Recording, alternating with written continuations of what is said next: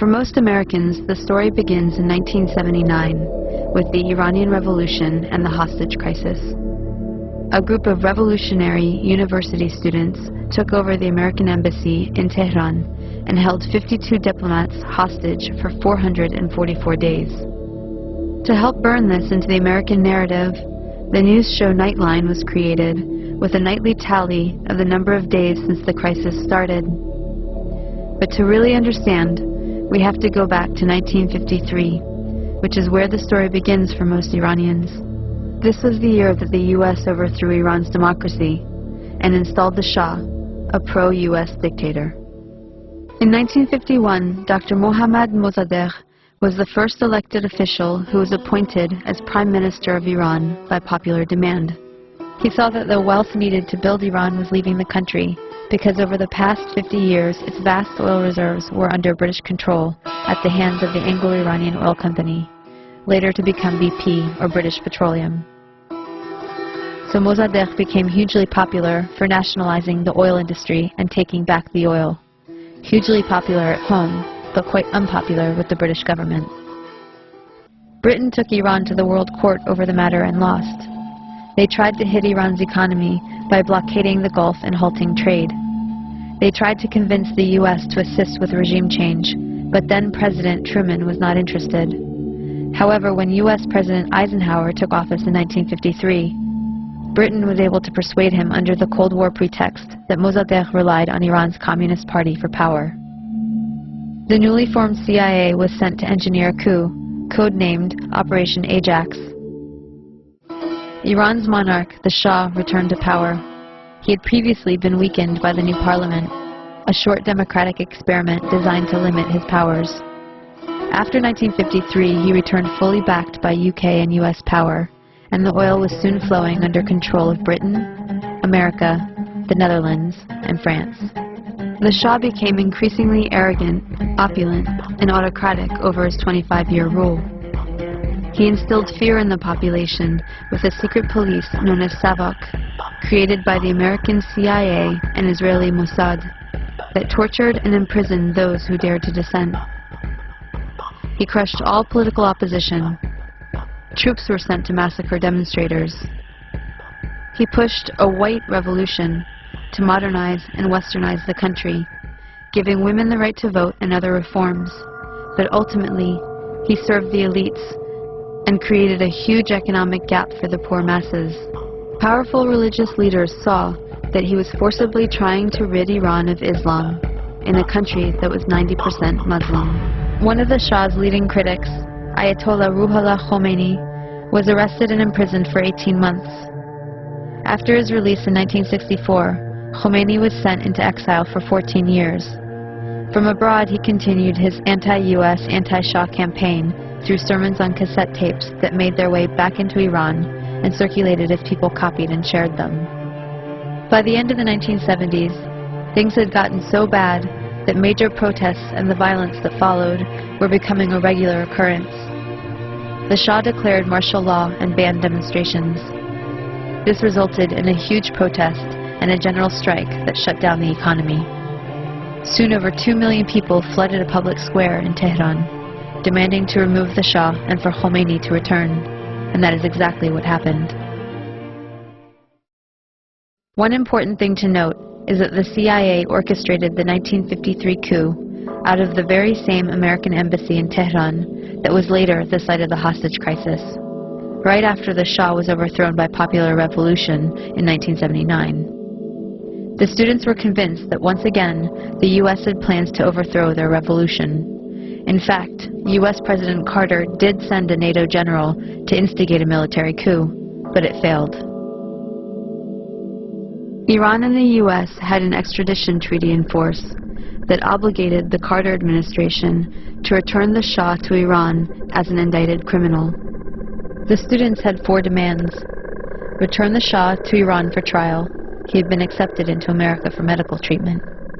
Return the Shah's wealth to the Iranian people.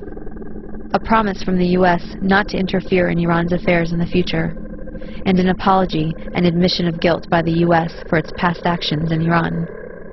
The apology never came, but 20 years later, Secretary of State Madeleine Albright did acknowledge the U.S. role in Mossadegh's overthrow. So Khomeini took power in 1979 and instituted a government under Islamic law. Within a year of the revolution, Saddam Hussein invaded Iran without provocation, seeking control of Iran's oil-rich Khuzestan region and key oil shipping waterways. The resulting Iran-Iraq War from 1980 to 1988 was the longest and one of the most devastating conventional wars of the century. At least 500,000 Iranians were killed. This war further cemented resentment of the U.S. government, as they were playing both sides. On one hand, they were supporting Iraq, providing money, technology, and intelligence, including satellite photography, to help Iraqi bombing raids. The U.S. helped provide Saddam Hussein with weapons by giving him agricultural credits and pressuring Gulf states to give him billions in loans so he could buy weapons from Western Europe, China, and Russia. The U.S. Department of Commerce issued licenses to export materials for Iraq's weapons of mass destruction program.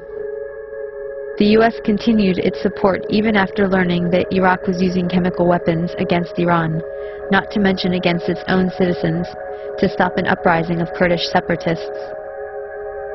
But the imperialist tradition also called for maintaining regional balance of power.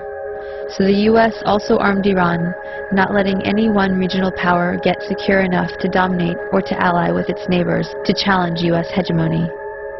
In this case, it came in the form of the Iran-Contra scandal. U.S. President Reagan needed money to fund an unjustified war against Nicaragua, but was forbidden to do so by Congress. So U.S. arms were illegally sold to Iran through Israel and South Africa, and the proceeds went to the Nicaraguan Contras. This allowed Reagan to get around Congress to support a campaign of kidnap, rape, torture, and murder for which the U.S. was convicted by the World Court for unlawful use of force. In other words, state-sponsored international terrorism. The ruling was ignored. Khomeini died in 1989, shortly after the war ended.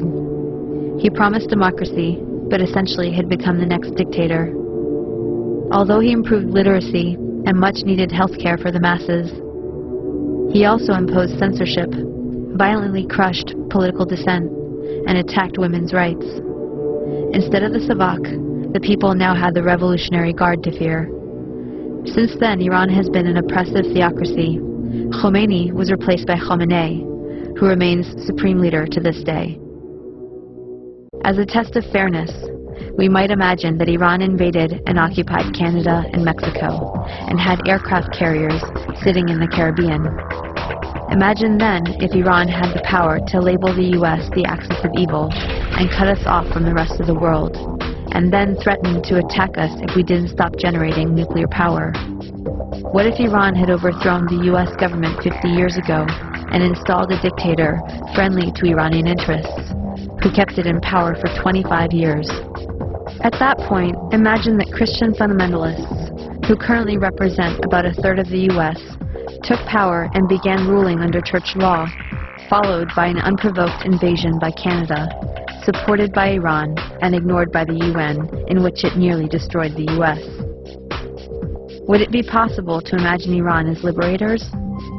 Would Iran be justified in attacking if the U.S. government helped Christian fundamentalists in Canada to take up resistance? Would it be justified to hate and fear all Christians because of the ones that took and abused power in this context? This is not about good guys and bad guys.